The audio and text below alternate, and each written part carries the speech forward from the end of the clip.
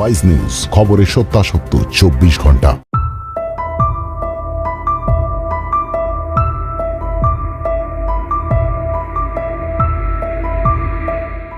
লক্ষ্মীর ভান্ডারে বাড়ল 500 টাকা।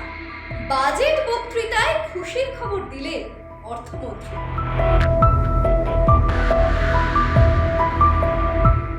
এতদিন প্রতি মাসে বাংলার মহিলারা লক্ষ্মীর ভান্ডার ভাতা হিসেবে পেতেন 500 টাকা।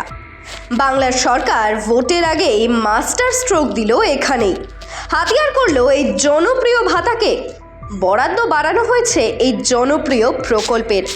সাধারণ শ্রেণীর উপভোক্তারা এতদিন লক্ষ্মীর ভান্ডার হিসেবে পেতেন 500 টাকা, এবার বাড়ানো হলো সেই বরাদ্দ। দেওয়া হবে প্রতি মাসে 1000 টাকা। তপশিলি জাতি এবং তপশিলি উপজাতির মহিলারা পাবেন 1200 টাকা করে। জানানো হয়েছে আগামী এপ্রিল মাস থেকেই কার্যকর হবে এই সিদ্ধান্ত। 2,11,00,000 বাংলার মহিলা উপকৃত হবেন এই সিদ্ধান্তের ফলে।